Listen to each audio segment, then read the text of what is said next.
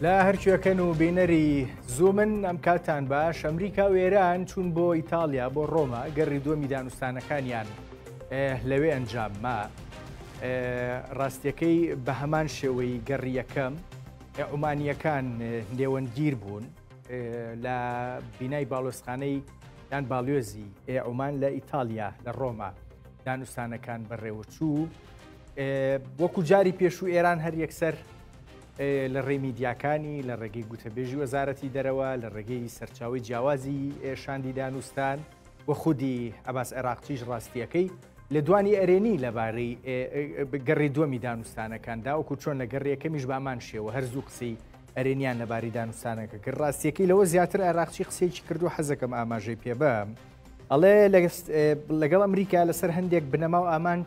لێک تێگەیشتنمان هەیە ئەنی ئەگەر ئەمە هەندێک گەورەتری بکەی ئەکرێ ناوی بنەی تێگەیشتن لە بارەی چوارچێوە گشتیەکەی گفتوگۆ و دانوستانەکان کەچی لە خۆگرێ و ڕاستیەکەی ئامانجە دیاریکراوەکان وردەوردەی تر لای هەردوولا دیار بن چییە و چی نییە لەو نێوەندەیە ئەوەی نیگەرانی زۆرە ڕاستیەکەی ئیسرائیلە قسەی ئیسرائیل لەو بارەیەوە دووشتە دانوستان بگا بە هەڵوەشانەوەی تەواوەتی بەرنامەی ئەتۆمی ئێران خۆ ئەگەرنا ئیسرائیل تەلەبی بەردەوام وەکو مەترسیەکی وجودی با بڵین سەیری بەرنامە ئەتۆمیەکەی ئێرانەکە دیار نییە ئەمریکا هەمان تێگەیشتنی بۆ پرسەکە هەبێ یان نا و ئێرانیش سوورە لەسەر ئەوەی کە ئەوەی پێیگەیشتووە لە چوارچێوەی قودرەتە ناوخۆییەکانی بۆ بەرنامە ئەتۆمیەکە بێت دەستی پێوە بگیرێ و هەرچیەک دڵنیاییش بویسترێ بۆ ئەوەی کە بەرنامە ئەتۆمیەکەمان ئەوانەی ئێرانم مەبەستە کاشکی ئێمە ژەمان بوو بە ئاشتیانەیە ئێمە ئامادەین کاری لەسەر بکەین بەهەرحاڵ هەموومانە لە کاتێکە کە دەکرێ هێشتان قسە لەبارەی هەردووە گەرە کۆ بکرێ ڕێکەوتن بکرێکی و ڕاستیەکەی گەر نەکرێ بەدیلی دواتر ئەلتەرناتیڤی دواتر لە بەردەم ئەمریکا و ئیسرائیل لەلایەک و ئێران لەلایەکی دیکە چییە؟ ئەم پرسە بەردەوام بە دڵنیاییەوە سەرگرتن و سەرنەگرتنی دانوستان ئەگەری شەڕ بۆ ناوخۆی ئێرانیش پێ بە دڵنیاییەوە کاریگەریە بێ کە ئەشتەی ناوخۆی ئێران بە دڵنیاییەوە قسە لەسەر ئۆپۆسیۆنی ئێرانیە پێم وا بێ لە ئێرانیش ئۆپۆسیۆنی بەهێز تەنها بەگشتی ئەکرێ لاینە کوردیەکان بن بۆیە من ئەم شەو ئەم پرسانە لەگەڵ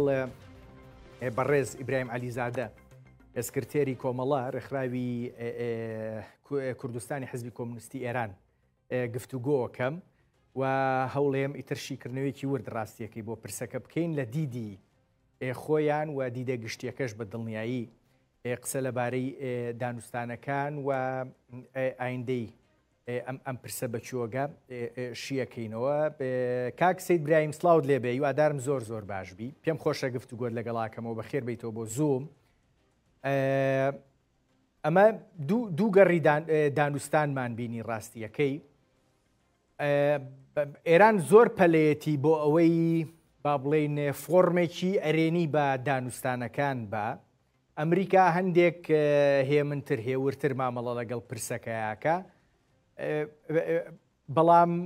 ئەوەی ئەم جارە جیایە ڕاستیەکەی سەرباری قسە ئەرێنیەکانی ئێران پێدەچێت قسەی ئەرێنی ئەمریکاشی بەدوایە بێ ئەوەیە کە دوای دوو دانوستان دوای دوو گفتوگۆ ئێستا ئێمە چوینەتە بەردەم ئەوەی کە چوارشەمەی داهاتوو شاندی تەکنیکی هەردوولا پسپۆڕەکانی هەردوولا ئیتر گفتوگۆ بکەن ئەمە وەکو ئاماژەیەک بۆ ئەوەی کە دانوستانەکان شوێنی خۆیان گرتووەوە بەڕاستی ئەرێنین نەک بە قسەی نێو میدیا و لێکدانەوەی سیاسی و دیبلۆماسی وابی خوێنینەوە سلااو بۆ ئێوە و سلااو لە بینەرانشتان زۆر سپاس لطفت هەیە بە بڕوای من ئەوەی کە لە ڕووە دەبینین و لە میدیاکان باسی دەکەن ئەوە بەشێک لە ڕاستیەکەیە واقعیەتەکە دەبێت لە پشت سەری ئەوانەوە ببینی ئەو واقعیەتەی کە لە پشتەوە دەیبینین و بە شێوەی ناڕاستوخۆ یا نەهێنی لە کایەدایە ئەوەیە کە هەردوو گلا استراتێژی دیاریکراویان هەیە و استراتێژی خۆیان شوێن استراتێژی خۆیانەوە تا ئەو جگای کە بە استراتێژی ئەمریکا مەربوط بێ ئەمریکا دەیهەوێ کە کۆماری ئیسلامی ئێران لە رووسیا و لە چین تا ئەو جێی کە ممکن بێت دوور خاتەوە لە حوزەی نفوزی ئەوان تا ئەندازێ بهێنێتە دەرێ و لە ڕۆژهەڵاتی ناوەڕاست لە سوورەتی هێزێک یا دەوڵەتێکی نەیار بیکاتە دەوڵەتێکی هاوکار وەکو ئەوەی لە تورکیا وەکو عەرەبستان وەکو میسر وەکو هەمووانی دیکە ئەگەر لەو ڕووەوە خەیاڵی ئاسوودە بێ ئەمریکا بۆ ڕقابەتەکان و بەرامبەرچەکانی لەگەڵ چین دەستی ئاواڵەتر دەبێت لەبەرەوە ئەوە ئستراتێژی ئەمریکایە و ئەوە تعقیب دەکات وە تا ئەو جگای کە بە جمهوری ئیسلامیش مەربوتە ئستراتێژیەکەیان بریتە لە مانەوەی خۆیان ئەوان دەوێت زەمانەتی مانەوەی خۆیان بەدەست بێنن لە ئەمریکا و ئەمریکا هەوڵ نەدا بۆ ڕووخاندنیان و بۆ گۆڕینی ڕژیمەکەیان ئەو گفت ئەم دوو ئاراستەیە زۆر لە مێژە دەستی پێکردووە ئەو گفتوگۆیانە فقط ینی شکلێکی تازەی پرۆسەکەن لەو وەختەوە کە پزیشکیان هاتوۆتە سەرکار و ئەوان ڕزایەتیاندا بەوەی کە جۆرێک لە گۆڕانکاری یعنی ئێرانیەکان ئیجازەیان ڕێگەیاندا بەوەی کە جۆرێک لە گۆڕانکاری لە سیاسەتی دەرەوەیان پێک بێ لەو وەختەوە وردە وردە ئەو گڵۆپە سەوزە هەڵکراوە بۆ ئەمریکایەکان لە وتەکانی پزیشکیان لە ئومەمی متحیدا کە دەوڵەتی ئەمریکای بە وڵاتێکی برا ناوبەر دوای ئەوەی کە دەرگای ئێمە ئاواڵەیە بۆ هەموو نەوع سەرمایە گوزاریەکی ئەمریکایی و لەو ماوەیەدا ینی هەرچی پێویست بێ لایەنی ئێرانی بۆ نزیک بوونەوە کردوویەتی بەڵام دیارە بە شێوەیە کە ئەتیبار و نفوزی خۆشی لە دەست نەچێ و ئەوە کێشەی دیکەی گەورەی لە ناوخۆی بۆ نەخڵکێنێ تا ئەو جگای کە بە ئەمریکاش مەربوتە ئامرازەکانی زەختی بەکارهێناوە هێزی لە دیێگۆ گارسیاکۆ کردوێتەوە ئیسرائیلی کردوێتە بە ئامرازێکی فشار گەمارۆکانی سەرجی خۆی ئەوانە هەمووی لەسەر کۆبووتەوە ئێستا بە بڕای من گەیشتۆتە نقطەیە کە ینی ڕێککەوتن تقریبەن چارە هەڵنەگرە جاوەڵا وردیەکەینەوە کاک سەیبراهیم ڕاستیەکەی قسەی زۆر باشت کردووە هەندێک تێبینی و پرسیارم لای خۆم ئاماژە پێەیە بەوە دەست پێەکەم وتت ئێران دەمێکە ڕاستیەکەی دانوستانی ئەوێ چارەیەکی وای نەماوە قسە ئەرێنیەکانی بەرپرسە ئێرانیەکانی شت هێنایەوە بەڵام ئێمە ئەگەر گوێ لە ئێران بگرین سەیری دەمی خامنەییەکەین و خامنەی ڕاستیەکەی مانگێک دوو مانگ لەمە و پێش بە دەق ئەڵێ دانوستان لەگەڵ ئەمریکا هەم نائەقلانیە هەم شەرەفمەندانە نییە ئەکرێ خامنەئی ڕۆڵی هێورکردنەوەی شەقامی ئێرانی ببینێ بەڵام با بڵێن لێدوانەکانی وا نەبینرێکە پەیامن ڕاستیەکەی گزارشتن لە سیاسەتی دەرەوەی ئێران و تێگەیشتنی ئێران بەرامبەر بە شتەکان خامنەئی زۆر دەمێکە ئەوەی کە بۆ خۆی وەکو هێڵی سوور داینابوو ئەمانە لەوانە پاشەکشەی کردووە چەندین بواری زۆر ئاشکرا هەیە کە بە تایبەت لە دوایین کۆبوونەوەی کە دوسێ مانگ لەوە پێش لەگەڵ سەرانی سوپا و بازێک لە کاربەدەستانی حکوومەتی کردی چەند هێڵی سووری دیاری کرد یەکیان مەسەلەی پۆششی ئیجباری و حیجاب بوو ئەوە لەوە کشاوەتەوە لەنی لە حیجاب کشانەوە ئەو قانونەش کە دایان نابوو بۆیان بەڕێوە نەچوو یەکیان لابردنی حەسر لەسەر ئەوەی لەسەر موسەوی کەڕوبی بوو کەڕوبیان لابرد موسەوی شەڕواخەریکن وردە وردە لا دەبن یەکیان مەسئلەی گفتوگۆ بوو دەگەڵ ئەمریکا و مساڵحە دەگەڵ ئەمریکا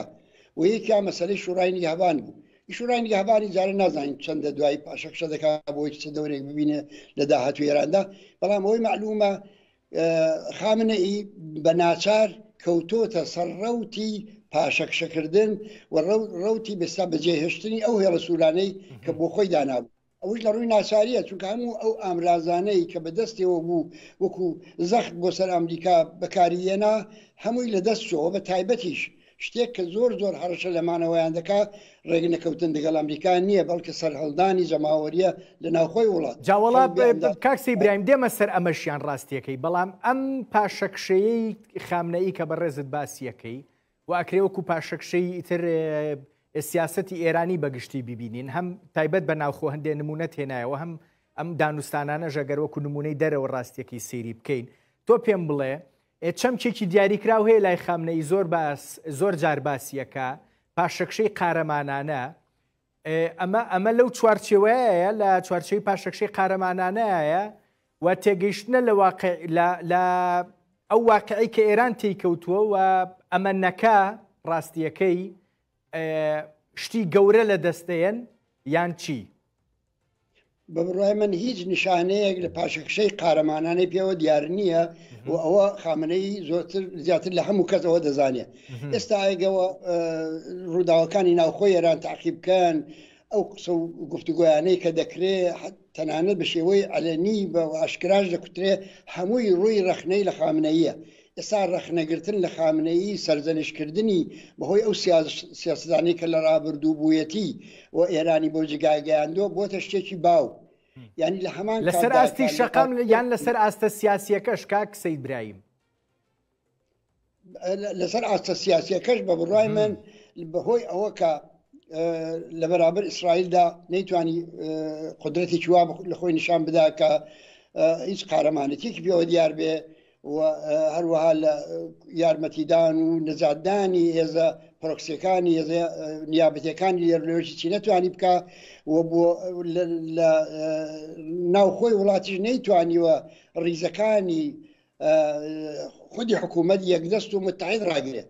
لەبەرەوە هەرچی ئێستا بە خامنەیەوە دیارە زعفە و ئێستا ینی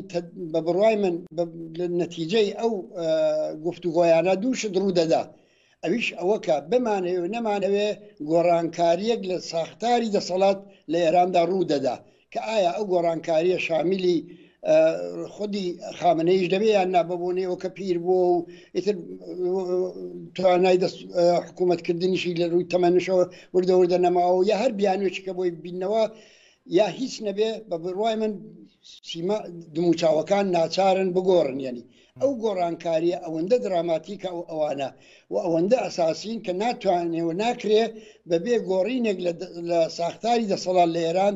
بەڕێوە بچێت. ئەوە لەلایەکەوە ئەوە ڕوو دەدا و لایش کەشەوە بە بڕای من ڕۆژهەڵاتی ناوەڕاست بۆ ئەمریکاش ئارامتر دەبێتەوە بە بۆنەی ئەو پاشەکشەیە و ئێستا دەبینین کە عەرەبستانی سعودی، کوێیت، ئێمارات، میسر کە دەورەیەک هەمویان مخالفی ئەوە بوون کە ئێران بەرجامی ئەمزا کردووە ئێستا هەمووی بەرەو پیری دەچن. ئێستا هەمووش تایید دەکەن بەرەوە من پێم وایە خامنەیی کولە لە موقعیتێکدایە کە نەدەتوانای ئەوەی ماوە ڕیزەکانی ناوخۆی یەکگرت و ڕاگرێ و نەتوانای ئەوەی ماوە کە بەرامبەر بەو فشارانە مقاومەت بکە. ئەلبەتە ئەویش دەزانێت پاراستنی چوارچێوەی نظامەکە زۆر زەروریە و زۆر دەترسن کە ئەگەر ئەو سازشە نەکرێت ئەو گەمارۆیانە بەردەوام بن سەرهەڵدانی جەماوەری دەست پێ بکە و بۆیان کۆنتترۆل نەکرێ و ئەوە نیگەرانی هاوبەشیان نیگەرانی ئەمریکاش ئەڵبەتە بە بڕوای من دەوڵەتی ئەمریکاش ئێستا دەزانێت کە ئەو ئەوانەی کە وەکو ئۆپۆزیسیۆن خۆیان حاضر کردو یا خۆیان حاضر دەکەن بۆ بەرسەوەی دەسەڵات سەلاحیەتی ئەویان نییە یا توانای ئەویان نییە وڵاتێکی لە ڕووی ژێۆپۆلیتیکەوە حساسی وەکو ئێران ئیدارە بکەن. لەبەرەوە هەردووکیان نیگەرانی ئەوەن کۆمەگی یەکتر دەکەن لەو لەحازەوە. کاک سەیبراهیم ینی من وا تێبگەم ڕاستیەکەی پێم خۆش بوو چەمکی استراتیژی دانوستانت بەکارێنا منی ژەمیست پرسیارێکی لەبارەوە بکەم. هەردوو لا بەنیەتی ڕێکەوتن هاتوونەتە ناو دانوستانەکانەوە یان ڕاستیەکەی هەندێک جار شتێک هەیە ئەڵێ دانوستان لە پێناو دانوستان و پێم وابێ ئێران زیرەکە لەم پرسەیە و زۆر جار ئەمێ وەکو استراتیژ بەکارهێناوە. استراتیژی سەبر نازانم چۆنی ناو بنین استراتیژی دان بە خۆداگرتن یان ئەمەیانە کامیانە؟ من پێم وایە کە ئێستا ئەوەی دام بە خۆداگرتن ئەوە نیە ناچاریە. ئەو وەختی کە ئەوەیان دەکرد زۆریان زۆرتر بوو. ئەو وەختە لە 4-5 پایتەختی ڕۆژهەڵاتی ناوەڕاست نفوزیان هەبوو کاریان دەکردەوە واقعاً فشارێکی جددی بوون بۆ سەر بەرژەوەندی ئیسرائیل بۆ بەرژەوەندی ئەمریکا بۆ بەرژەوەندی هاوپەیمانانی ئەمریکا لە ناوچەکە. بەڵام ئێستا وەزع گۆڕاوە ینی وەزع بە شێوەیەکی دراماتیک گۆڕاوە شێوەیەکی ئەساسی گۆڕاوە لە ڕۆژهەڵاتی ناوەڕاست. هاوسەنگەکە وایە کە ئیجازە نادا بەوەی کە ئەوان گفتوگۆکان درێژکەنەوە. ئەوان ناتوان درێژیکەنەوە لەبەرەوە فشارەکان زۆر و ئەمرازی بەسلا زەختیشان بەدەستەوە نەماوە. دەوڵەتی ئەمریکاش نایهەوێت درێژی کاتەوە لەبەرەوەی کە ترامپ هاتۆتە سەرکار دەبێت لەو وعدانەی کە داوێتی لەو دروشمانەی خالی کردو ئەقەلەن یەکێکیان بە ئاکان بگەێنێ. جا تۆ پێم بڵێ کاک سەید برایم ترامپ چیەوێ ئێستا بە دیاریکراوی ترامپ چیەوێ؟ چونکە بەڕاستی دەرەنجامەکانی ئەم دانوستانانە بەشێکی گەورەی پەیوەستە بەوەی کە ترامپ چۆن لێ ئەڕوانێ و ئامانجی چییە؟ ترامپ لەم دانوستانانەیە چیەوێ؟ بەڵێنی زۆری داوە بە دەنگدەری ئەمریکی وە دیارە بەشێکیش لەم دانوستانانە و دەرەنجامەکانی پەیوەستن بە بەڵێنەکانی ترامپەوە. ترامپ دەیهەوێ کە ئێران جمهوری کۆماری ئیسلامی ئێران لە رووسیا و لە چین تا ئەوجەی کە ممکنە بتوانێت دوور خاتەوە و نهایەتەن هەنگاو بە هەنگاو بیهێنێتەوە سەر ئەو ڕەوتەی سنەتەی کە ئێران بەشێک بۆ لە حوزەی نفوزی ئەمریکا. ئەوەی دەوێت ئەوانی دیکە هەم ئیسرائیل و هەم هێز کۆکردنەوە و هەم گەمارۆ و هەموو ئەوانە وەکو زەخت بەکاردێنێت. من لەو پێناوەدا دەڵێم بە بڕوای من دانوستان لەسەر شتی ئەتۆمی لەگەڵ ئەوەشدا کە ئەهمیەتی خۆی هەیە بەڵام لاوە چییە؟ خۆشان باشە کاک سەیبراهیم قسەکە تاو کە دواتر، بەڵام ئەمریکا چ پێویستی بەوەی ئێران لە رووسیا ڕاستیەکەی دوور بخاتەوە لە کاتێکە ئێستا ترامپێک سەرۆکی ئەمریکایە پەیوەندێکی زۆر باشی لەگەڵ رووسیا هەیە و پێم وانییە لەبارەی ئێرانەوە گەر ترامپ داوای شتێکی دیاریکراو لە پوتن بکە بۆی نەکا هیچ نەبێ بێلایەن بۆستێ رووسیا بەرامبەر بە ئێران. مەسەلە تەنیا رووسیا رووسیا و چینە ئەوە چینیشە و چین مهمترە، بەڵام لەگەڵ رووسیشە بڕای من ئەو نزیک بوونەوەی لە رووسیا جارێ ئێستا ڕووکەشیە ئەوان هێشتا ینی نەکەوتونە ئەوە کە پیان وابێ رووسیا دێتە بەرەی ئەوانەوە، بەڵام ئەوانەی بەکارهێناوە تا ئەندازەیەک بۆ ئەوەی کە زەخت بخاتە سەر چین لەلایەکەوە لەلایەکە و زەخت بخاتە سەر ئوروپاییەکان بۆ بازێک امتیازیان لێ بستێنێ. من پێم وایە رووسیا بە دلیلی ئەوەی کە هێزێکی ئەتۆمی زلهێزێکی گەورەیە فعلا زلهێزێکی ئەسکەریە و داهاتووژان زەرفێتیەوەیە بە بۆنەی وڵاتێکی گەورەیە ئیتر هەموو مەرزوماتی بوون بە زلهێزێکی ئابووریشی هەیە بە ڕەقیبی خۆی دەزانێت. لەبەرەوە من پێم وانییە یعنی ئەو خاترجەم بوو بێ لە رووسیا، بەڵام دەرهەر حاڵ هەر ئەوەندەش کە ئێستا لی نیگەرانە هەر بەشی ئەوەندە ئێران لی دوورکەوێتەوە. مهمەوە نییە، مهمەوە دەرگای ئێران بکرێتەوە بەرەو سەرمایە ئەمریکایی، دەرگای ئێران بێتە بازاری سەرمایە و بازاری کالای ئەمریکایی وەکو هەمیشە. ئێران موقعەتی ئستراتێژیکی هەیە لە دابشکردنی کاری ناوچەییدا لەگەڵ ئەمریکا خۆی هەماهەنگکە. ئێستا کەس نۆکەری کەس نییە، کەس بە کردگیراوی کەس نیە، نە تورکیە نە عەرەبستان نە میسر، هیچ کەس هیچ کامان سەرسپردەی ئەمریکا نین. ئێران ترامپ دەیەوێت ئێران بێنێتە ڕەدیفی ئەوانەوە. ئێستاوە دەبینی تورکیا خۆ دەرەجەیەک لە سربەخۆیی لە بڕیاردانی هەیە بەرامبەر بە رووسیاش، خەیناکە بە ئێرانیش ئەوەندەی هەبێت، بەڵام کە چاو لە دیمەنێکی گشتی ڕۆژهەڵاتی ناوەڕاز دەکەی ئێرانیش دەچێتە پاڵ ئەو دەوڵەتانەی دیکە کە ئاوا هەن. جاتخوا پێم بڵێ کاک سەیبراهیم ڕاستیەکەی یعنی ئەم تێگەیشتنەی ئێران ڕاستیەکەی ئەگەر وڵاتانی عەرەبی وڵاتانی کەندا و هەندێک جار تێبینیەکی دیاریکراویان لەگەڵ ئاسایبوونەوەی پەیوەندیەکان لەگەڵ ئیسرائیل مامەڵە لەگەڵ ئەمریکا چوزانم ئەوانە هەبوو بێ، بەڵام لە ڕووی ئایدۆلۆژیەوە ڕاستیەکەی تند نەبوون بەرامبەر ئەم بیرۆکەی کرانەوە بەرامبەر بە ڕۆژاوە بەرامبەر بە ئیسرائیل بەرامبەر بە ئەمریکا، بەڵام لە ئێران بیرکردنەوەیکی ئایدۆلۆژی ڕاستیەکەی تەحەکوم بەم پرسەوە ئەکا. ئێران ئامادەیە بۆ دەستبەردان بوون لەم بیرکردنەوە ئایدۆلۆژیە. ڕاستیەکەی چەند ڕۆژە لەمەوە پێش بوو عەلی خامنەیی گوتی دوژمن هەر بە ناوی دوژمن هێنای، تی دوژمنە ئێوێ ئێمە وەکو ئەوان بژین، ینی بەڵێن قسەکە بەو واتایە بوو وڵاتێکی بێ ئیرادەی ئەوێ ئاوا بۆیە تێگەیشتنەکە زۆر ئایدۆلۆژیترە لەوەی کە ئێمە لە وڵاتانی کەنداوی ئەبینین. ئێران ئێستا توانێت دەستبەرداری ئەم ئایدۆلۆژیاش ببێ؟ ئێران وەختێ دەڵین دەستگای دەسەڵات لە ئێران دەبێت دوو جیلی جیاواز بەڕسمی بناسیین. جیلێک ئەوانن کە دەیان بینین لە ڕوون بە خامنەیی و بەسەرانی سوپای پاسداران و ئەوانەوە، بەڵام جیلێکی دیکە ئەوانن کە لە سەدا هەفتای ئابووری ئەو وڵاتە کە بەدەست پای پاسداران و بەدەست نەهادەکانی وەکو ئەو دامەزراوە مەسەبیەکان و ئەوانە هەن بنیادی جانباختەکان و ئەوەی مەشهەد و هەموو ئەوانە و بنیادی جانبازان و دەفتەری نازان چی ئیمام و ئەوانە مەجموعەیەک بنگای اقتصادی گەوران کە بە وسیلەی جیلێکی نوێ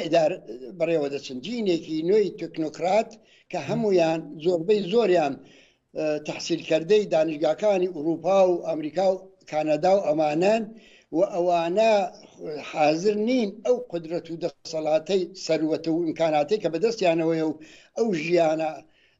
خەیاڵیەی کە بەخۆیان دابین کردو ئەوانە لە پێناوی تەوهماتی ئیدئۆلۆژیکی خامنەئیدا وەلا بنێن لەبەرەوە خامنەی فشارێکی یەکجار زۆری لە ناوخۆی وڵات لە ناوخۆی دەسەڵاتیشەوە لەسرە لەژێر ئەو فشارانەدا من پێم وایە ئەو سازشانە بۆ خامنەی ئاسان نییە و وازەحە خامنەی ئەگەر بیهەوێ ئەو سازشانە بکە ئیتر خامنەی نەماوە کەسێکی دیکەیە لەبەرەوە من بۆیە پێم وایە ئێمە لە بەردەم گۆڕانکاریەک لە ساختاری دەسەڵات دای لە ئێران درەنگی کاکسی برایم بەڕاستی ئەوەی ناوخۆ کاریگەریەکانی دێمە سەری بەڕێکەوتنیان بە شەڕ بەڵام من پرسیاریۆم کرد ئێران دەستبەرداریم ئەم ئایدۆلۆژیایە بێت تۆتنەوەیکی نوێ لەوێ واخەریکن ئیتر جونگەکانی ئابووری و هەندێک دەسەڵات و ئەوانیان بەدەستەوەیە کە ئەیانەوێ ئەمە دەست پێوە بگرن بەڵام من هێشتان باسی ئایدۆلۆژیاکەم خۆ ئەگەرنەوە تازەکەیش لە ڕووی ئایدۆلۆژیاوە نەگۆڕابێت تەنها لەبەر گیرفانی خۆی لەبەر ژیانی خۆی ڕاستیەکەی لەبەر دەسەڵاتی خۆی نەڵێ ئەمریکا شەیتانە گەورەکەی لە ڕووی ئایدۆلۆژیەوە نەگۆڕابێ پێدەچێت لە ماوەیەکی دیاریکراوی دیکەیە ئەمە بگۆڕێ هەموو نیشانەکانەوەوان پێ دەڵێن کۆماری ئیسلامی ئێران وەکو کۆماری ئیسلامی نەگە خودی خامنەی ئەو ئیدئۆلۆژیە خەریکە وردە وردە کاڵ دەبێتەوە لای مەسەلەن ئەو پۆششی ئەو مەسەلەی ژن کۆڵەکەیەکی گەورەی ئیدئۆلۆژی ئیسلامی بوو فشار بۆ هێنانی پەسەرە سەردانانی بێبەشکردنی لە مافی بەرابەر دەگەڵ پیاوان هەموو ئەوانە کۆڵەکەیەکی ئیدئۆلۆژیک بوو گفتوگۆ دەگەڵ خودی ئەمریکا مەگەر تا دیۆکە نەیکوت حرامە مەگەر نەیکوت ناشەرافەتمەندانەیە ئەوە مانایەوەیە کە لە ئیدئۆلۆژیەکەی خەریکە دەکشێتەوە زۆر شتی دیکەش بە بڕای من ئێمە دەیبینین ینی ئەو گۆڕانکاریانەی کە لە ناوخۆی وڵاتدا ڕوویداوە لە هەموو زمینەیەکدا لە زمینەی پێشرفتی تەکنۆلۆژی سەنعات هێنانە هاتنەکایەی دیاردەی نوێ شێوەی ژیانیشی نوێ شێوەی ژیانیشی نوێ لە ئێران کە وردە وردە خەریکە فاصلەی دەگەڵ شێوەی ژیان لەگەڵ وڵاتانی دەگەڵ دەوروبەر لەگەڵ تورکیا دەگەڵ ئیمارات لەگەڵ حتا لەگەڵ ئوروپاش وردە وردە زۆر کەمڕەنگ دەبێتەوە لەبەرەوە من پێم وایە ئیدئۆلۆژی وردە وردە لە حکوومەتی ئیسلامیدا خەریکە کاڵ دەبێتەوە ئەوەی ئەمریکاش دەهەوێ ئەوەیە کە جمهوری ئیسلامیش بێ قەیناکە ئەوە دەوڵەتی تورکیش ئیسلامیە رابطەی لەگەڵ رووسیاش هەیە ئەوە تورکیش هەیەی دەرەجەی لە استقلالی و سەربەخۆی لە بڕیاردان هەیە ئەوە تورکیشێتی میسرشێتی عەرەبستانی شێتی دەهەوێ بیانێتەوە ئەو چوارچێوە ئێران خەریکە ئامادە دەبێ بۆ کە بچێتە ئەو چوارچێوەیەوە بەڵام ئایا مەسەلەوەیە ئایا دەستگای دەسەڵات بە هەموو باڵ و گرایش بۆچوونەکانیەوە ئایا ئەو فرسەتە پەیدا دەکەن و ئەو فرسەتە چۆن ممکنە بەدەست نەیەنن ئەویش لە نەتیجەی سەرهەڵدان و خەباتی جەماوەریە کە ممکنە فرسەتی ئەو جۆرە بەشێنەیی گۆڕانکاری و خۆگونجاندن دەگەڵ بارودۆخی ئێستان پێ نەدا. باش دێنە سەری بەڕاستی و پرسانەمی بۆ من بۆ ناوخۆی ئێران گرنگە چونکە پەیوەستێکی گەورەی بە کوردەوە هەیە لە ڕۆژهەڵاتی کوردستان بەڵام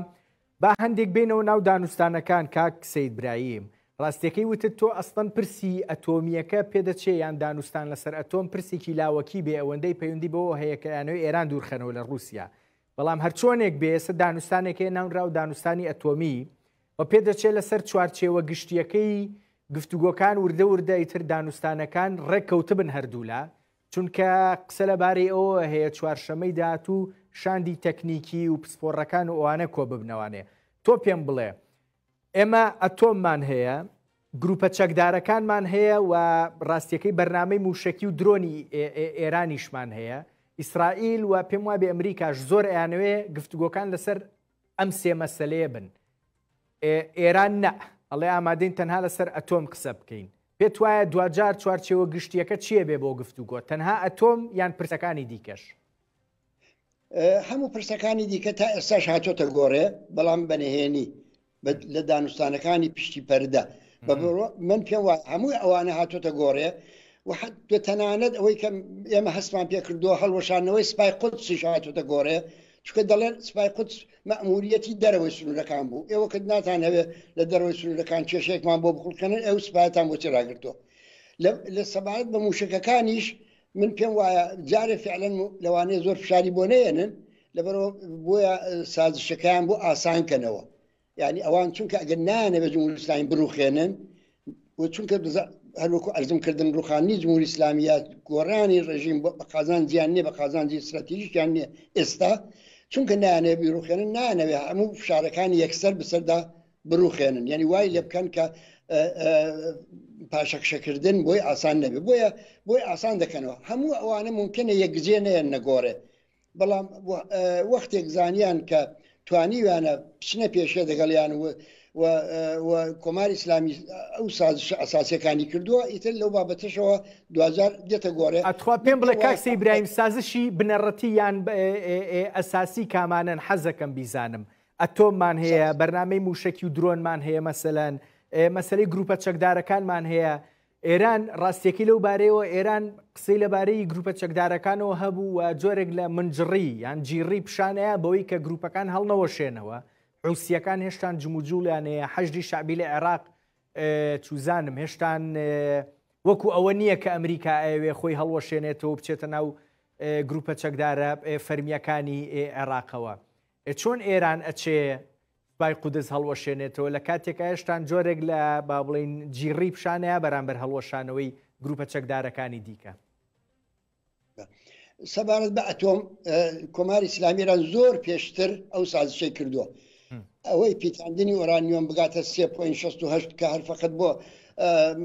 مەبەستی ئاشتی خوازانە دەتوانێت بەکاری بێنێ ئەوەی هەر لە بەرجامدا قبول کرده بوو و دوای ئەوەش بە فتووا و بە 1001 دلیل کوتی ئەمە ئەتۆم دواری ناکەیت بۆ کاری نظامی بەکار ئەسکەری بەکار نایەنی بێجگە لەوانە لەو ئەو دەورێشکە و فشارانەی بۆ هاتووە زۆرتر وادار بۆ بەسازش من پێم وایە مەسئلەی ئەتۆم تەحسیلی حاصلە بۆ ئەمریکا یعنی مەسئلەی ئەتۆمی کۆماری ئیسلامیش ئەوە بڵێ ئەوە بڵێ با بەخوا من کتومە هەر نەزارەتی بینالملەلی بەسەریدا هەبێ هەموو کەس بێ حتا پێشتر قبولی کردبوو ێساش قبولی کردووە کە ئەو ئۆرانیۆمەی کە پیتاندوێتی 60% و زیاتر لە حەدی نۆرماڵە ئەوانش بنێرتە وڵاتێکی دیکە و حتا ئێستا قسە لەسەر ئەوەیە کە ئەگەر ئەو 3.6 قەرارە بمێنێ بە ئەوەش بە شەراکەت لەگەڵ دەوڵەتێکی دراوسێ بیکەن بە تەواو هەر نزارەتی بەسەردانێ بێ دوو دەوڵەت بێکەوە شەراکەت بکەن لەوەی کە لە ئێران ئۆرانیۆم بە مەبەستی ئاشتی خوازانە ئامادە بکەن بۆ کاکسە ئیبراهیم ڕاستیەکەی قسەی ئەمڕۆی وەزارەتی دەرەوەی ئێران پێچەوانەی ئەمەیە ئەڵێ بەرنامە ئەتۆمیەکەی ئێران ئاشتیانەیە ئەوە هیچ بەڵام ئەبێت دەست بگرین بەو پێشکەوتنە بەو با بڵێن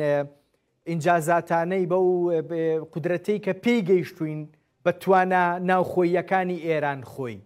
یعنی پێ دەچێ قسە لەسەر قودرەتی ئێران خۆی بێ کە گەیشتوتە لە 160 پیتاندنی ئۆرانیۆم و بڵێ ئەمە قودرەتی ناوخۆی خۆمانەوە ئامادەنین دەستبەرداری بین چوزانم هەموو پرسەکانی دیکەش بۆچی ئێران لە ڕێگەی وەزارەتی دەرەوە لە ڕێگەی بەرپرسەکانی ئەم قسانە ئەکات لە کاتێکە نەک بە 3.6 ڕازیە ئامادەیە لەگەڵ خەڵکی دیکە بەرنامە ئەتۆمیەکەی تێکەڵ بکە ئەوە بەشی زۆری بۆ چاواشەکردنی بیرڕایگەشتە لە ئێران وە بۆ ئەوەی کە ئابرووی خۆیان پێناوی ئەو وعدانەی کە دابوویان ئەو پێداگیری کە کردبوویان لەسەر باوەڕەکانیان ئیدئۆلۆژیان ئەوە بپارێزن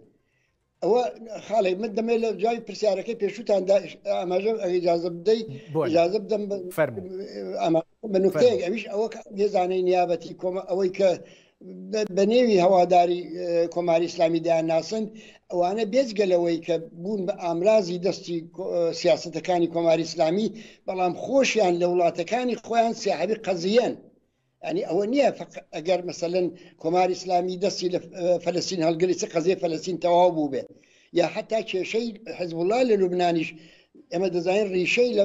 کۆمەڵک کێشە و ملانیەکانی ناوخۆی جناحەکاندا لە خودی لەبنان و مێژوویەکی هەیە حوسەکان لە 70 ساڵ لەو پێشەوە ئەو کێشیان هەیە لە وەختەوە کە سۆڤێت لەوێ بوو حەشتی شعبی لە خودی عێراق لە پەیوەند لەگەڵ داعشا دروست بوو بێزگەلەوە کە هەمیشە هەست بە ناکۆچی لەگەڵ سونی دەکەن و سونیش دەورەیەکی زۆر دەسەڵاتدار بوو دەمەوێ بڵێم هەمووی ئەوانە بە دەست جمهوری ئیسلامی نییە و ئەسقەزا ئەمریکاش ئەوە دەزانێت و بۆیە ئەمریکا دەیەوێ کۆماری ئیسلامی ئێران لە حاڵەتێکی نەیار بێتە دەرەبێت بێتە حاڵەتی هاوکار کە ئەو نوع کێشە واقعیانە کە خارج لە نفوذ و دەسەڵاتی کۆماری ئیسلامی لە ڕۆژهەڵاتی ناوەڕاستان ئەوانەش بە کۆمەکی کۆماری ئیسلامی تا ڕادەیەک چارەسەر بکات لە موردی ئەتۆمەوە من پێم وایە کە قەتعەن ئەوە جگایەکە کە کۆماری ئیسلامی لەسەری دەتوانێت بسازێ و ئەمریکاش دەتوانێت لێ قبول بکە ئەو پەڕەکەی نزارەتێکی چروپرتر بۆ دڵنیایی پەیداکردن بەرقەرار دەکەن کە ئەوەش کۆماری ئیسلامی نکۆڵی لێ ناکە. کاکسی برایم ئەگەر ڕاستیەکەی لە دانوستانەکان جا ئەمانە بێ کە ئێستا ئێمەی بینین دانێ لە عومان و دانێ لە ئیتالیا و ئەم هەفتەی داهات و دێنەوە عومان یان ئەوانی دیکە بێکەوتت ڕاستیەکەی دانوستانی نهێنی هەیە لەبارەی پرسەکانی دیکەوە ئەگەر ئێران ئەمەی بە ئەمریکا گوتووە کە ڕاستیەکەی بە 3.6 پیتاندنی یۆرانیۆم ڕازی بەرنمەکەم بۆ ئاشتیە کارەبای پێ دروستەکەم ئامادەم لەگەڵ وڵاتی دیکەیە تێکەڵی کەم ئەی ئەم هەموو نیگەرانی ئیسرائیل لە چۆوەیەت خۆ ئیسرائیل بە دڵنیاییەوە وڵاتێک نییە زانیاری پێنەگا لەبارەی وردەکاریەکانی دانوستانی ئێران ئەمریکا طبعا ئیسرائیل نیگەرانە نیگەرانیەکەشی واقعیە لەبەرەوەی کە کۆماری ئیسلامی ئێران و خامنەی و هەمانە دروشمی ڕووخاندن و هەڵوەشانەوە و خستنە دەریا و هەموو ئەوانیان هەڵگرتووە لەبەرەوە تەبیعی ئەوە بەڵام واقعیت ئەوەیە کە ئیسرائیل توانای ئەوەی نییە کە لە دایرەی سیاسەتەکانی ئەمریکا بە شێوەیەکی ئەساسی دەربچێت. ئیسرائیل لە واقعدا دەوری ژاندارمی ئەمریکا دەبینێت لە ڕۆژهەڵاتی ناوەڕاست بۆیە ئەوەی ئەو هەڕەشانەی ئیسرائیل و ئەو ئیبرازی نیگەرانیانە ئەوە هەمووی بەشێکە لەو ئامرازی زەختە بۆی کە کۆماری ئیسلامی بێنە سەر ئەو ڕەوتەی کە خۆیان دانەوێنی ئەمریکا دەهێوێت ئەمریکا هەم ئیسرائیل بەکاردێنێ هەم هێزی چەکداری هێناوەتە منتەقە و ناوگانی تیارە هەڵگر و تارەی تایبەت و ئەوانەی هەموو هێناوەتە منتەقەکە هەموو ئەوانە گەمارۆکانش ڕاگرتووە هەمووی ئەوانە دەستیان داوەتە دەزیەک کە کەسایەتێکی سەرسەختی وەکو خامنەئی ناچار دەبێت تەمکین بکە و ئەوانە هەموو قبول بکە یعنی ئەوانە هەمووی بەپێچەوانەی ویستی خامنەین و لەژێر فشاردا کراوە مەخصوصەوەی ئیسرائیل و هەموو ئەوانە وەکو ئامراز بەکاردێنن بۆ ئەو سازش ئەساسیە کە ئەرزم کردن ئەویش عبارەتە لەوەی کە ئێران جمهوری کۆماری ئیسلامیان لە چین بە دەرەجە یەکەم و لە رووسیش بە دەرەجەی دووەم دوور خاتەوە یەک و دوو لە سوورەتی مزاحمێک بۆ بەرژەوەندەکانی ئەمریکا دەری بێنێ بکاتە هاوکار بۆ چارەسەرکردنی کێشەکان لە چوارچێوەی دابشکردنیی کاری ناوچەیدا. باش ترامپ ئەڵێ من ڕاستیەکەی لە نامەکەیە ئەوەی سەرەتا بۆ لە ڕێگەی ئیماراتەوە بۆ خامنەئی نارد سەرباری ئەوەی سەرەتا بە زمانێکی هێمن و هێور با بڵێن جوان دەست پێکا بەڵام کۆتاییەکەی هەڕەشەی تێدایە و کاتیشی تێدایە بە گوێرەی میدیاکان زانیاریەکان گوایە ئەڵێ 2 مانگ ئەم 2 مانگە بۆ دانوستانی نێوان ئەمریکا ئێران ئەوەی ئەیبینین و ئەو دەرەنجامانەی کە بەڕێزت شیت کردەوە کە ئەمریکا ئەوێ بەدەستی بێنێەوە ئێرانیش بە دڵنیاییەوە ئەوێ ئەوانەی خۆی بەدەست بێنێ ئەم 2 مانگە مدەیەکی معقولە مەقبولە بۆ ئەوەی بگەن بە ڕێکەوتنێکی دیاریکراویان نا هەر قسەیەکە کراوە و ئەکرێ دانوستان درێژەتر لە 2 مانگەکە زیاتر درێژە بکێشێ ئەگەر لە ڕابردوو باە 2 مانگ معقول نەبوو بەڵام ئێستا معقولە لەبەرەوەی شتەکە وەکو میوەیە گەیشتووە ئێستا فقط دێ بەرهەمەکەی هەڵگرنەوە ینی ئەمریکا ناتوانێت لەو فرسەتی تازە بە کۆماری ئیسلامی ئێراندا پێی نادایەنی بۆیە پاشان ئەوە منتقی ترامپ دەیهەوێ تا هەرچی زووتر لەو ماوەدا کاهەتی ئەو بەڵێنیانەی کە داوێتی بە بیرڕای گشتی و وەختی خۆشی لە هەڵبژاردنەکاندا داعی کردو ئەوانە یەکەمێکە بەدی بێنێ ئێران کۆماری ئیسلامی ئێران ئەسقەزە ئاسانترینیانە ئەوە لە چاو ئەو تعرفەی گۆمرکی کە دەیخەنە سەر کالاکان و جنسی چینی و ئوروپای و ئەمەوانە لە چاو ئەوەی کە داعی گرۆینلەند دەکەین و پانەما دەکەین ئەوان ئاسانترە لەبەرەوە ئەو وەکو میوەیەکی گەی و هاتوۆتە بەردەستیان بە بۆنەی دوای هەفتی ئۆکتۆبر و ئەو ڕووداوانەی ڕوویدا ئەو جنایەتانەی کە ئیسرائیل کردی و هەموو ئەوانە دەستیان داوەتە دەستیەک و بارودۆخەکیان خۆڵخاندووە کە دەستکەوتنێکی لە ماوەی دوو مانگدا بۆ ئەمریکا ممکنە و بۆ کۆماری ئیسلامیش ضروریە چونکە لەوە زۆرتر دەزانێت جەماوەری خەڵک تااقەتی ئەوان نەماوە کە ئەو هەموو فشاران تەحملکەن و ڕەنگە ئەوە ڕێگایەک بێ بۆی کە تۆزێک فشاری ئابووری لەسەر گیانی خەڵکەم بێتەوە و ڕەنگە ئەوە ڕێگایەک بێ کە ئەو سەرهەڵدان و خەباتی جەماوەریە تا ئەندازێک دای مرچێنەوە یا بیخاتە دواوە. باش کاک سەیبراهیم ئێوە سیاسیەکی دێرینن و دانوستانی زۆریشتان بینیوە ڕاستیەکەی پێم بڵێ ئەوەی کە نوێنەری ئەمریکای بۆ دانوستانکردن سیاسی نییە و ڕابردووشی لە سیاستان نییە لە مامەڵەی کڕینی چوزانم زەوی وزار و خان و بەرەوانە هەیە لە ئەمریکا پێدەچێ ئەمە کاریگەری لەسەر با بڵێن ڕەهەندە سیاسیەکەی دانوستانەکە هەبێ یان نا بە چ مانایەک بۆ مانایی ڕێککەوتنێک بکرێ کە لە ڕووی سیاسی و سەربازی و استراتیژیەوە زۆر بەو گوێرەیە نەبێت کە ئەکرێ ئەمریکا ئیسرائیل و بە هەردایانێکی دیکە تەنانەت وڵاتانی ناوچەکەش دەیخوازن لەگەڵ ئێرانە بگەنە ڕێکەوتن و لە بەرامبەر ڕاستیەکەی مەقسە لەگەڵ لەسەر ئێرانێکەکەین کە زیرەکە لە دانوستانە محەنەکە بە عەرەبی پێڵەن محەنەک. دەوڵەتی ئەمریکا ساڵانە بە میلیارد دۆلار سەرفی وەتاوی فکرەکان سەرفی ئاکادمی نووسینەکان سەرفی ئستراتێژیسیەنەکان هەموو ئەوانە دەکەن کە دائیمەن خەریکن سیاست دادەڕێژن سیاسەتی دوورماوە دادەڕێژن سیاسەتی کوردماوە دادەڕێژن کۆماری خوازەکان سیستمی خۆیان هەیە دموکراتەکان سیستمی خۆیان هەیە لەبەرەوە ئەوەی کە لە دەمی ویتکاف دێتە دەرێ و ئەوەی کە حتا ڕۆژانە لە قسەکانی ترامپیدا دێتە دەرێ ڕیشەی ئەگەر لێ بکۆڵێەوە لەو لێکدانەوە ئستراتیژیکانن کە بە میلیاردهای پارە لە بەرابەرە خەرج دەکەن تەسەور ناکرێت زلهێزێکی وەکو ئەمریکا چارەنووسی گفتوگۆکان و چارەنووسی پەیوەندیەکانی نێودەوڵەتی و منتەقەیی و جیهانی خۆی بخاتە دەست کابرایەکی تاجری خانوبەرە کە هیچ تەجربەیەکی لە دیپلۆماسیدا نیە نەخێر ئەوانە هەمووی لە پشتی پەردەوە ئامادە دەکرێت استراتێژەکە دیاری کراوە سیاستەکە دەبێت بچێتە پێشێ ئەزانی گرفتە کە چیە کاک سەیبراهیم ڕاستیەکەی تێگەیشتنەکەی ترەمپە بۆی بەردەوام لە دەرەوەی سیستمی دەوڵەت دامەزراوەکانی دەوڵەت خەریکی دروستکردنی بڕیارە ئەنی ئەوەیە قسەکە ئەوە تا مارکۆ ڕۆبیۆ وەزیری دەرەوەیەتی سەرباریەوەی ڕای نەگەیانوە بەڵام میدیای ئەمریکی سەرچە ئەمریکیەکان هەمویان ئەڵێن مارکۆ ڕۆبیۆ نیگەرانە لەوەی کە ویتکۆف خەریکی دانوستانە لە بری ئەوەی ئەمریکا شتێکی هێناوی وەزارەتی دەرەوەیە و وەزیرێکی هەیە ناوی وەزیری دەرەوەیە کە ئەبێ ئەو سیاسەتەکانی دەرەوە جێبەجێ بکا و خەریکی دانوستان بێ بەڵام ترەمپ لە دەرەوەی سیستمی دەوڵەت خەریکی دانوستانە بۆیە پێ ناچێ زۆر کار بە تێگەیشتنە دەوڵەتیەکەش بکە ئەمە گرفتەکەیە. بەڵێ زۆر ئاساییە کە لە ناو دەستگایەکی دەوڵەتی وەکو ئەمریکادا تەفاوەتی بۆچوون هەبێ ئەوە تەبیعیەوە پێشم وایە هەیە بەڵام ئەوەی کە واقعیە ئەوەیە کە ئەمە دەوڵەتی ئەمریکا و سیستمی ئەمریکا لەگەڵ ئەزمەیەک بەرەو ڕووە کە هەم دموکراتەکان و هەم کۆماری خوازەکان هەر کامە ڕێگاچارەی تایبەتی خۆیان بۆ هەیە من پێم وایەوە ئەزمەی ئەساسەن ئەزمەی نیۆلیبرالیزمە کە لە ئەمریکا سەری هەڵداوە باقی شوێنەکانی دنیاش پێوەی سەرقاڵە استراتیژی جیاوازێ بۆ چارەسەرکردنی لەو چوارچێوەدا بەڵێ اختلاف و جیاوازی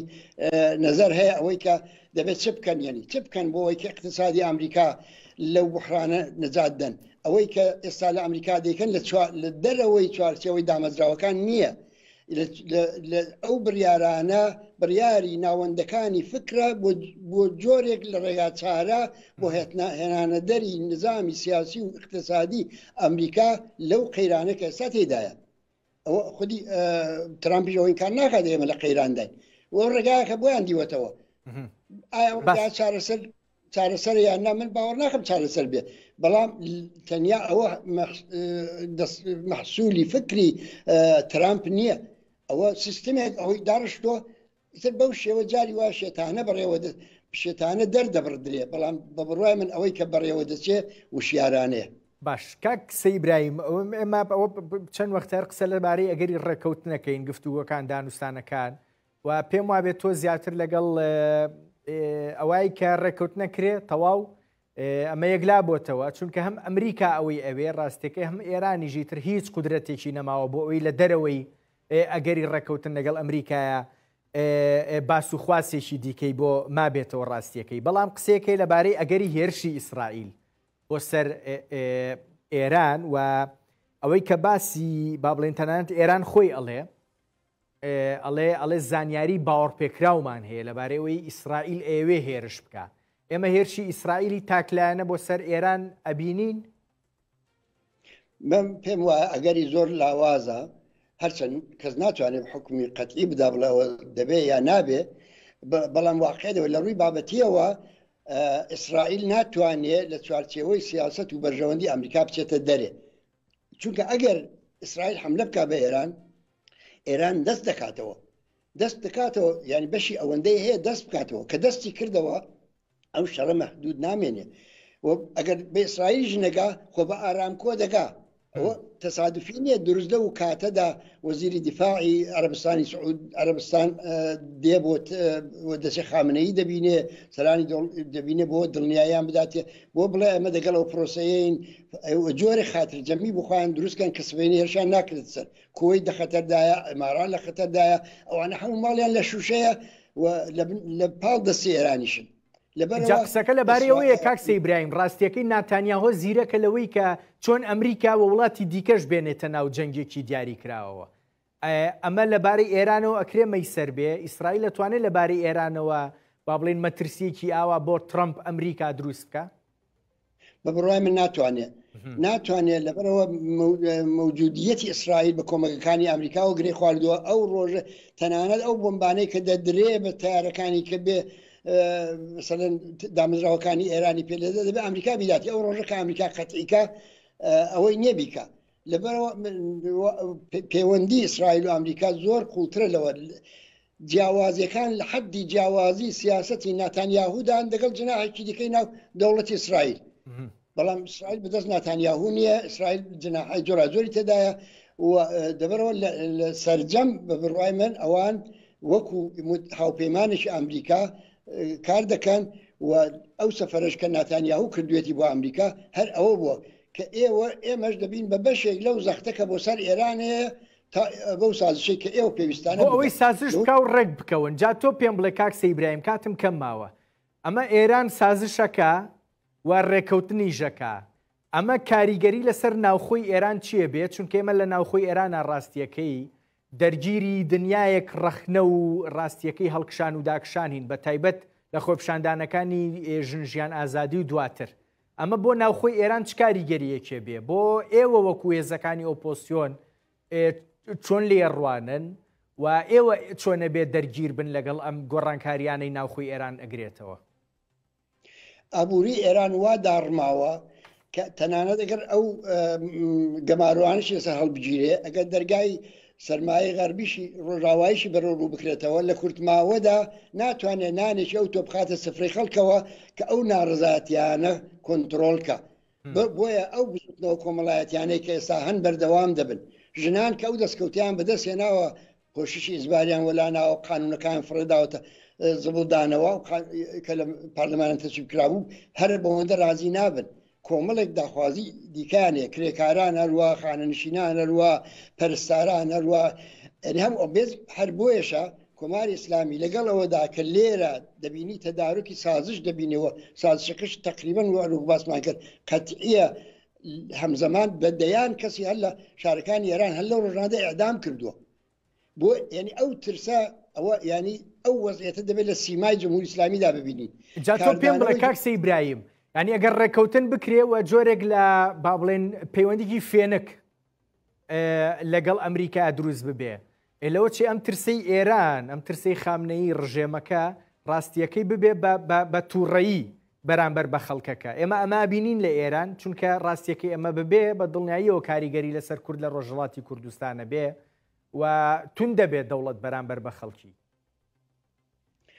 مش پێم وایە کە نابێ ئەوە لە حساباتیمان دەرچێ کە جمهوری ئیسلامی هەرچەندیش لاواز بێ، هەرچەندیش سازش بکات لەگەڵ ئەمریکا و لەگەڵ ڕۆژاوا و لەگەڵ هەموو ئەوانە، بەڵام توانای سەرکوتکردنی هێشتا زۆرە. هێشتا دەتوانێت زەبروز لەگەڵ خەڵکی وڵاتەکەی خۆی زەبروزەنگێکی زۆر بەکاربێنێ. بەڵام واقعەتێکی دیکە هەیە، ئەویش ئەوەیە کە خەڵک بە دەرەجەیەک لە جەسارەت و ئامادەی گەیشتون کە ئێمە مەسەلەن بۆ نمونێ لە نەورۆزی ئەو ساڵدا لە کوردستان دیتمان کە ئەمە بە ئاسانی پاشکشە بە خەڵی ناکە. یعنی خەڵک ئەو لەگەڵ ئەوەشدا کە دەبینی ئەعدامیش هەیە، سەرکوتیش هەیە، زیندانیش هەیە، بەڵام بەرخۆدانیش هەیە، بەڵام ئەکسیۆنی گەورەی وەکو نەورۆزی ئەو ساڵ کە بەڕاستی پێش ئەوەی کە نەورۆزی شایی دەربڕین بێ نەورۆزی ئەتراز بوو، ئەکسۆنیاوە دەبینی. لە باقی شوێنەکان دیکە ئێرانیش هیچ وەخت بۆ یەک ڕۆژیش حتا بۆ یەک ڕۆژیش ئێتراز و مانگرتن و خۆپشاندان و ئەمانە تەعتیل نەبووە. ڕوونا کاکسە ئیبراهیم تۆ پێم بڵێ لە کۆتاییە گۆڕین یان نەمانی ڕژێمی ئێران ئەبینینەوەی ئێستا یان نە گۆڕینی دەست و پەنجەنەرمکردنی ڕژێمی ئێران لەگەڵ حکومداریە ئەبینین؟ ڕژێمەکە خۆی ئەگۆڕێ نەک ڕژێمەکە بگۆڕێ، کامیانە بینین؟ من پێم وایە لە خۆناغی یەکەمدا کۆماری ئیسلامی لەسەرەوە دەگۆڕدرێ بەبێ ئەوەی کە زەبروزەنگی لە خوارەوە کەم کاتەوە، هەوڵ دەدا دموچاوەکان دەگۆڕێ لەو ئیدئۆلۆژی چەق بەستۆی خۆی تا ئەندازێ خۆی دوور دەخاتەوە، شکلێکی نوێ بەخۆیەوە دەگرێ و ئەو جاردا نۆبەی ئۆپۆزیسیۆن و خەڵکو و جەماوەردێ کە خەباتی شۆڕژگەرانە و بە پێی ئامانجەکانی خۆیان بیرروخێن. سواس دەکەم کاک سەید برایم عەلیزادە سکرتێری کۆمەڵە ڕێکخراوی کوردستانی حزبی کۆمونیستی ئێران. گەلێک سواس لە هەولێرەوە لەگەڵ مابووی. دەست خۆش. سپاس بەدوعا.